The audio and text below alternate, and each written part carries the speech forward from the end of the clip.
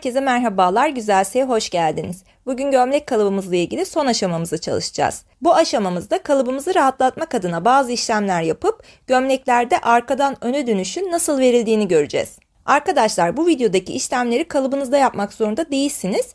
Sadece standart gömlek çalışmalarında yapılan uygulamaları göreceğiz. Yani bugün çalışmamız modele ve sizin isteğinize göre değişecek. Anlatımımıza başlamadan önce küçük bir hatırlatma yapalım. Videomuzu beğenirseniz beğen butonuna tıklamayı, bizi takipte kalmayı ve yorum yapmayı unutmayın. Destek vermek isterseniz de yine katıl butonuna tıklayarak bize destek olabilirsiniz. Mevzumuza gelelim.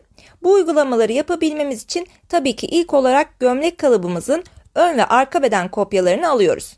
Ben kopyalarımı almıştım, o yüzden o kısmı hemen hızlıca geçiyorum. Kopyalarımızı aldıktan sonra ilk olarak ön bedenimizde bel kısmından bir rahatlama sağlayalım. Gönyemizi elimize alalım ve bel çizgimizi 2 santim uzatalım. Burada 2 santimi örnek olarak alıyorum.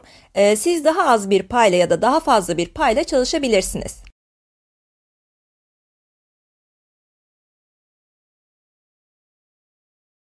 Bel çizgimizi dışa doğru 2 santim uzattıktan sonra rigamız yardımıyla kol altımızdan belimize ve belimizden popo hattımıza yan dikişlerimizi yeniden çiziyoruz. Burada yaptığımız işlemi bel hattında bir rahatlamaya ihtiyacınız varsa, mesela kişinin göbeği varsa diyelim ya da yan dikişinizin yumuşaması gerekiyorsa yapabilirsiniz.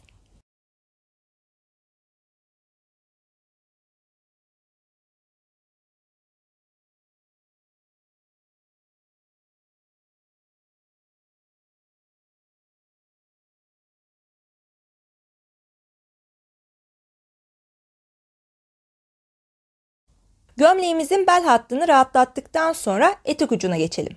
Öncelikle ön orta hattımızı aşağıya doğru 5 santim uzatalım.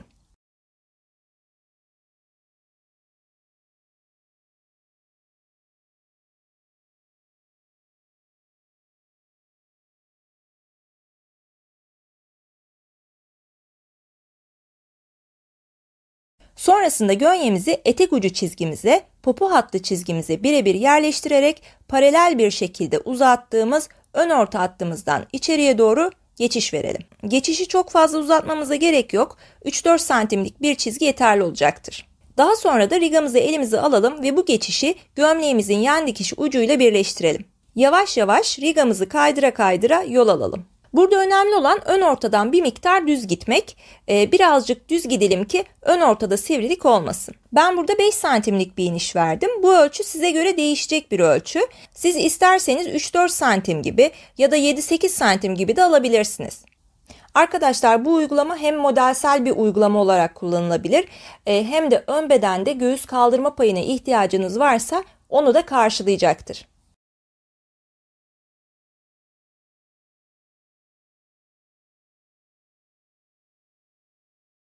Etek ucumuzu şekillendirdik. Şimdi ise arkadan öne dönüşü vermek için omuz hattına geliyoruz.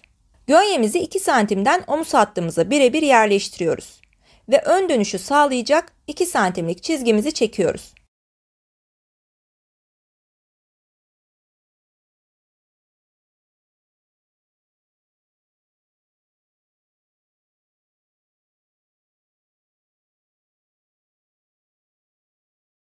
Elimize yeterli ölçüde bir kağıt alıp bu parçanın birebir kopyasını çıkartıyoruz. Yine 2 santim gibi standart olan bir ölçü kullandık. İsterseniz 1 santim ya da 3 santim gibi de çalışabilirsiniz. Tabii ki size kalmış, fakat 2 santim genel olarak kullanılan bir ölçü.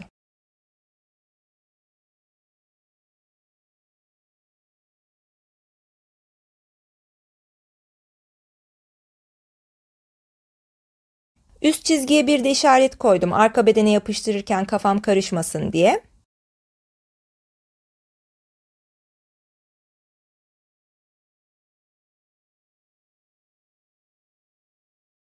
Şimdi de omuz hattımızda belirlediğimiz bu parçayı ön beden kalıbımızdan atıyoruz. Ön bedeni çalışırken artık omuz kısmından 2 santim eksik çalışacağız ve dikiş payımızı ona göre vereceğiz.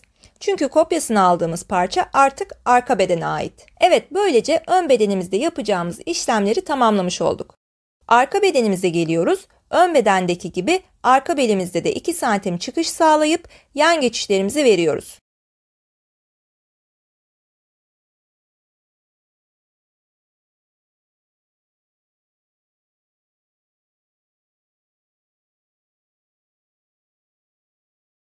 Arkadaşlar ben rigayı kadrajdan kaynaklı iç dış fark etmeksizin kullanıyorum. Ama siz bu işlemleri yaparken rigayı aynalayarak yani geçişinizi ön ve arka bedende aynı olacak şekilde verin ki yan hattınız muntazam olsun, birebir otursun. Hatta isterseniz yan geçişinizi sadece ön bedene verin, arka bedene ise kopyasını alın. Bu arada bu kopya uygulamasını diğer kalıplarınızda da kullanabilirsiniz. Böylece yan dikişler hatasız olur. Arka ortaya geliyoruz. Burada da ön ortadaki ölçünün 2 santim fazlasını çalışalım. 7 santim aşağıya iniş verelim. Yine tabii ki size kalmış bir ölçü bu. Ben örnek olması adına önü ve arkayı farklı çalışmak istedim. Siz aynı oranları da kullanabilirsiniz.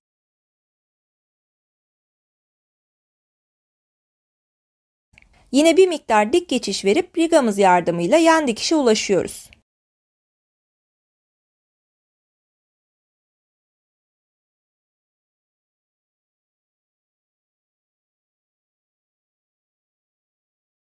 Ben burada rigamın geçişini biraz daha oval tuttum arka beden olmasından kaynaklı.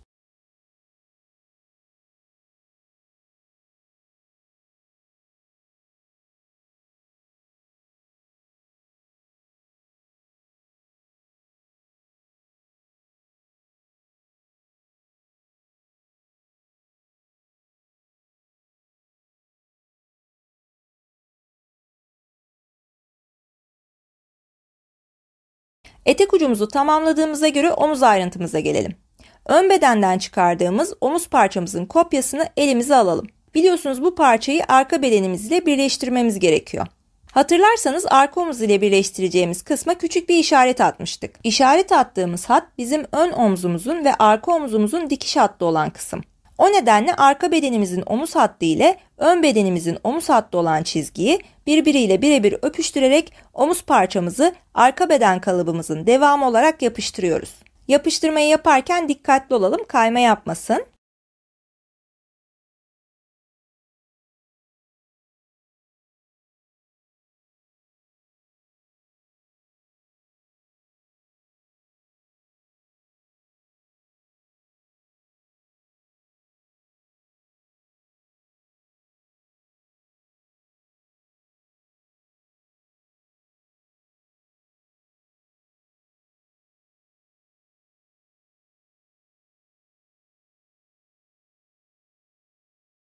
Evet arkadaşlar, gömlek kalıbında bel kısmında rahatlama sağlamayı, yan geçişleri yumuşatmayı, etek ucunda uzatma yapmayı ve şekillendirmeyi gömlek modellerindeki standart duruşlardan biri olan önden arkaya dönüş sağlama işlemini sizlerle beraber gerçekleştirdik. Aklınıza takılan yerler varsa biliyorsunuz her daim yorumlardan bize ulaşabilirsiniz. Videomuzu beğendiyseniz beğen butonuna tıklamayı, bizi takip etmeyi ve yorum yazmayı unutmayın. Bize destek vermek isteyenleriniz olursa da katıl butonundan tıklayarak bizlere destek olabilirsiniz. Yeniden görüşene kadar sağlıklı, mutlu ve çok neşeli kalın. Hoşça kalın.